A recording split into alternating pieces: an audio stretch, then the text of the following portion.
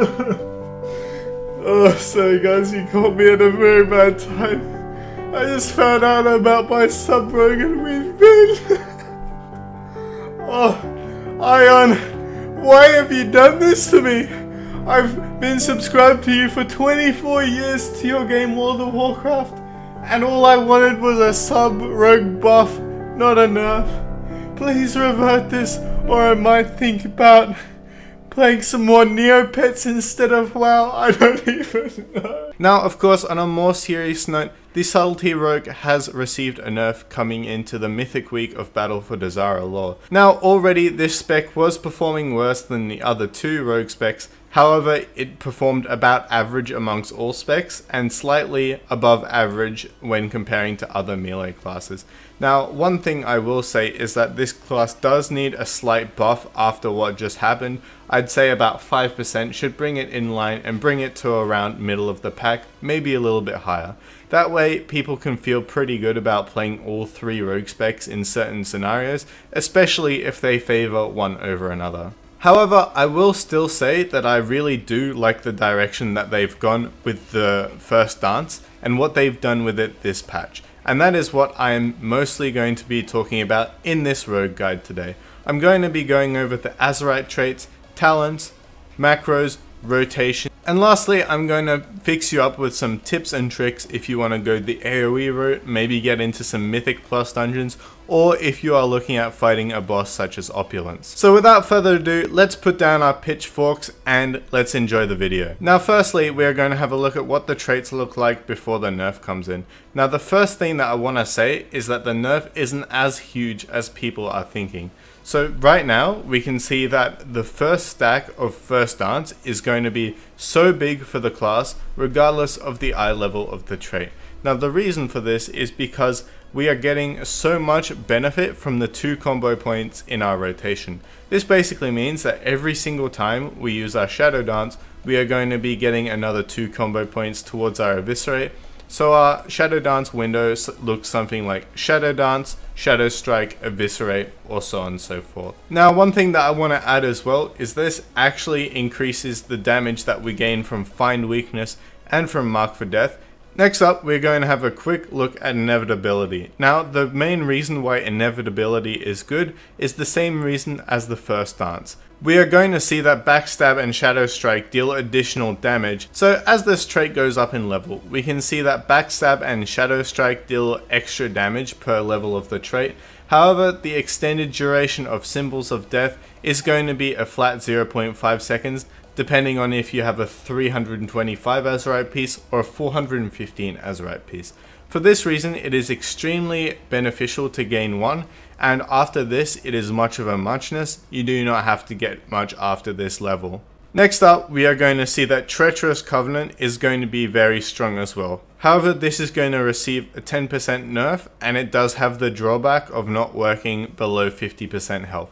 For this reason, I think that this is an okay trait. However, you probably only want to run 1 or 2 of these in the next patch.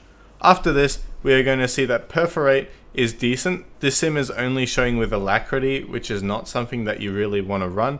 However, this does tend to give us a lot of damage outside of our Shadow Dance windows, which is honestly quite nice for the spec. This spec is so used to just having so much damage inside the Shadow Dance window. However, Perforate is going to mean that you have more steady damage over the duration of the fight. Not so good at bursting down adds, however, it is fine, and this could see some viability coming into the next patch. Last but not least, Blade in the Shadows. This is an excellent trait, and you want to have at least one of these traits, just like the first dance and the inevitability traits. The reason for this is because our 2 less energy from each Shadow Strike is going to be a flat amount. However, the 28 extra damage that you can see here is going to stack up to 10 times. And you can see most rogues expecting to use at least one of these if they are going for Subtlety. Now here is just a statistic to show you guys how these traits stack when you have more than one piece. Now you guys can see that Treacherous Covenant is going to be a linear increase since it is just a flat amount of agility. However, if you do go for the first dance, this is going to cap out quite hard after the first one, and even harder when you are looking at the changes that are happening next patch.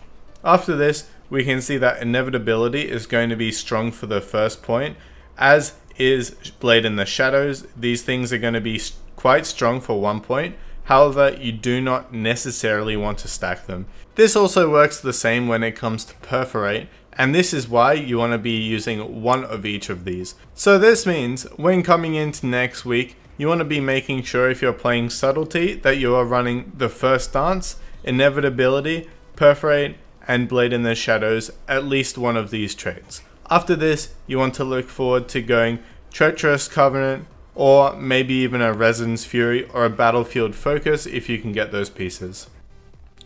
So now we are going to have a quick look at what talents people are running for the Subtlety Rogue. Now first off, we can see that Find Weakness is going to be our best in slot for this line, followed by Shadow Focus, Deeper Stratagem, Cheat Death, Enveloping Shadows, and Master of Shadows. Now the main reason behind these is as follows. Find Weakness actually becomes quite good when people have the first dance trait. And for this reason, Find Weakness pairs up really nicely with this trait alongside this trait we have here, Inevitability. And it basically means that inside this Find Weakness window, you can find a lot of Eviscerates and a lot of Shadow Strikes. Next up, I'm going to go over Shadow Focus versus the Night Stalker. Now, Night Stalker is actually better when it comes to consistent 5+ target DPS. However, the main drawback of this ability is that single target, it is really hard to play, and it generally drains most of your energy. So a lot of your gameplay is going to be based around pooling if you are not running the Shadow Focus.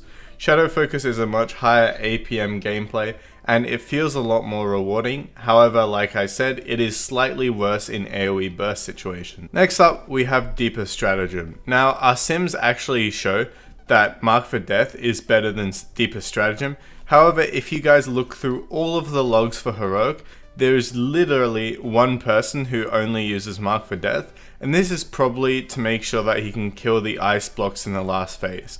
If you are playing sub for this reason, I generally recommend that you play a different rogue spec, as if you are going for the ice block damage and not the main Jaina damage, then I think this is a waste of the spec's potential.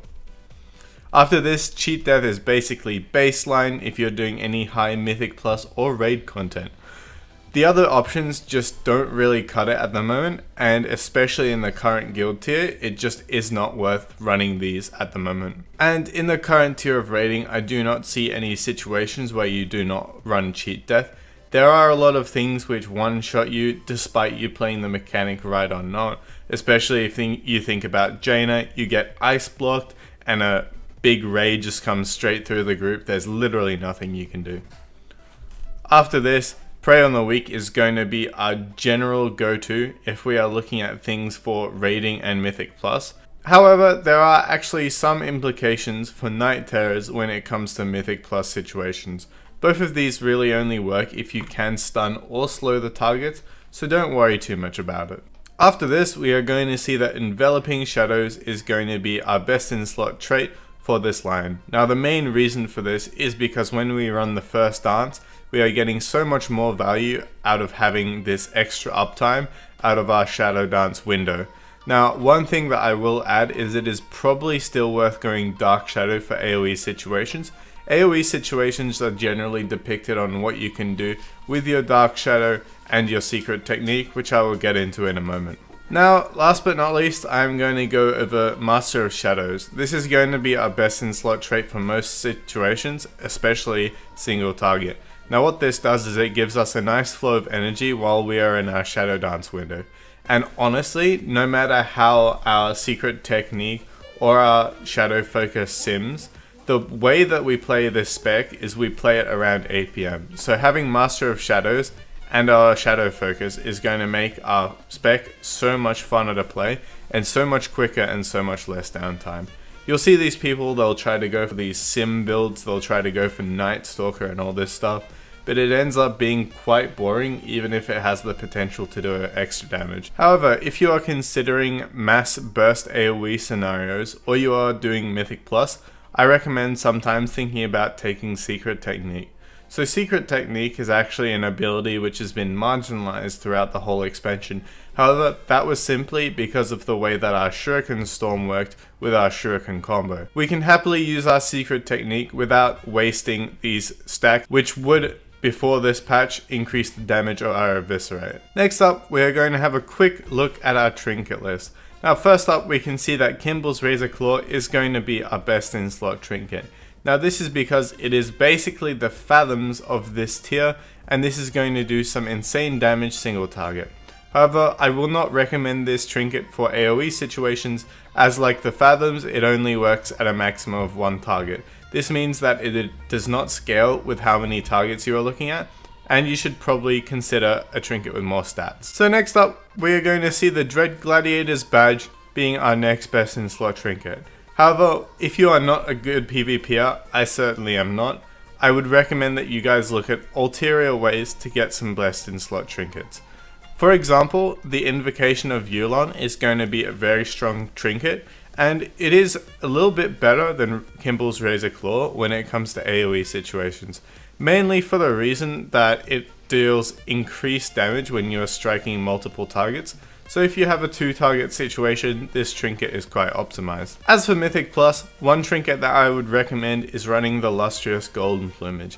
Now this comes from Mythic Plus, and it is very good in Mythic Plus, so if you like doing your plus runs, then I recommend that you guys go into King's Rest and give this a go. On top of this, I will also add that Harlan's Loaded Dice is quite good for AoE situations as well, because it scales linear and it allows you to get nice good stats on your Eviscerates and on your Secret Techniques. So both of these I recommend running. I recommend using macros for your Lustrous Golden Plumage, putting it into your Shadow Dance, and making sure that you can do some big Secret Techniques on AoE packs. Next up, I'm going to go quickly over what stats we want to be running for the Subtlety Rogue.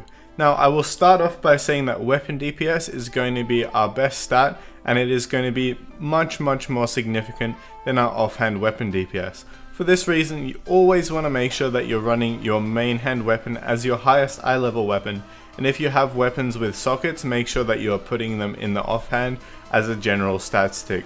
After this, we are going to see that agility is going to be our best stat, followed by critical strike rating.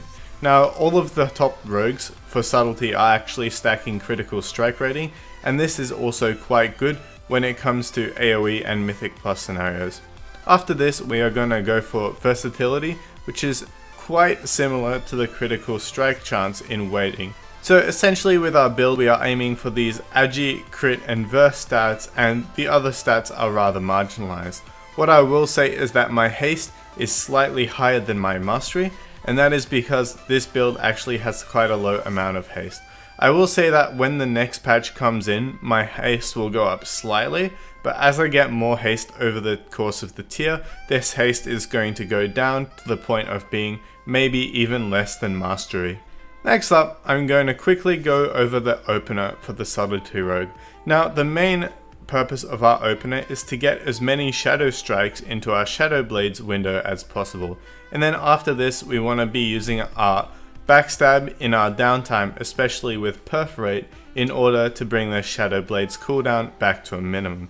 So first off, what we are going to do is we are going to open up with a Shadow Strike into a Nightblade. Then we are going to do our quick macro, which I'll go over later, which is going to use our Shadow Dance followed by a Symbols of Death and a Shadow Strike.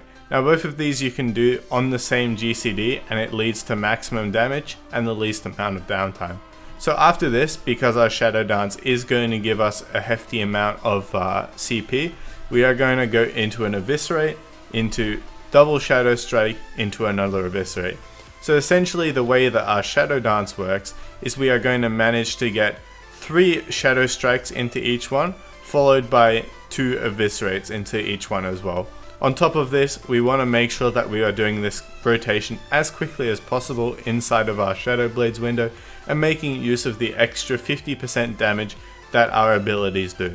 So first off, like I said, start off with Shadow Blades. This is generally done with a pre-pot and a Tricks macro right at the start of the fight. So we're going to start off with a Shadow Strike into a Nightblade. Then we're going to get into our macro, and we're going to go just like this. Then we're going to do our macro once again into an eviscerate, and then we're going to vanish, and we are going to do a backstab into a nightblade. Then we're going to get one final shadow dance window into our shadow blades window, and then we are going to just chill for a little bit. After this, we are simply just going to do our standard rotation. As for our standard rotation, outside of shadow blades, we want to make sure that we are waiting for our symbols to come off. When it is about 1 second off coming off cooldown, we want to use our Nightblade right here.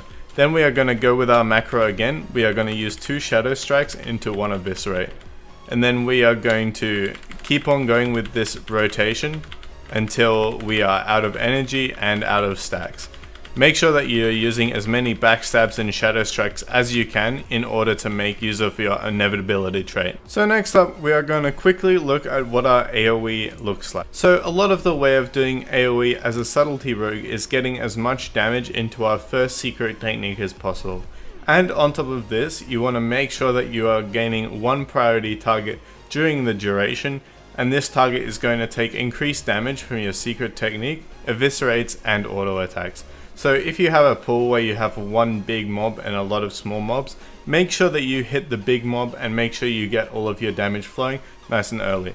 So starting off, if we have an even pool like this, we want to make sure that we aren't using our Shadow Strike. We want to make sure that we're using our Shuriken Storm, and we are going to make sure that we are using our Shadow Dance window in order to put a large secret technique on the target. So we're going to open up, and we are basically just going to go completely ham and just try get this on as short of a cooldown as possible. So essentially you want to make sure that all of these things are up, and then you want to start doing your AoE DPS, and you want to be swapping to the high HP ones if the situation calls for it. So this is something that you can quite easily judge if you are in a Mythic Plus situation, especially bolstering, because you don't want to be screwing up the group with this sort of DPS.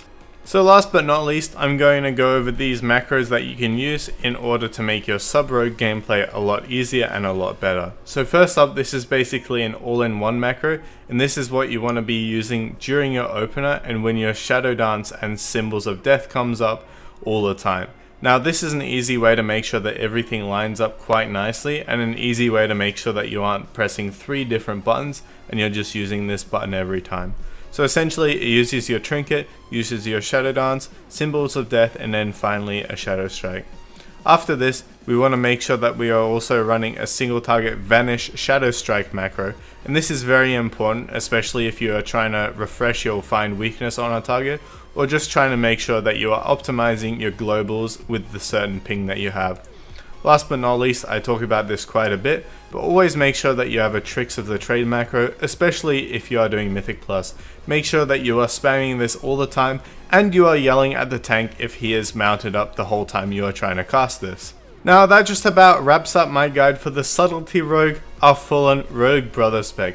Now I salute you, I can't wait for you to get a 5% buff in the next patch, hopefully. And really looking forward to seeing you rise up to your brothers, the Assassination and the Outlaw Rogue.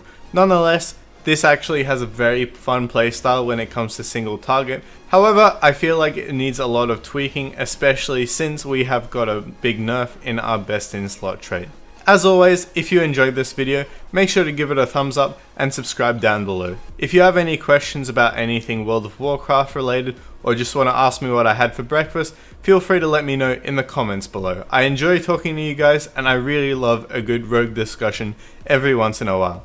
Thanks for watching guys, and as always, I will see you next time.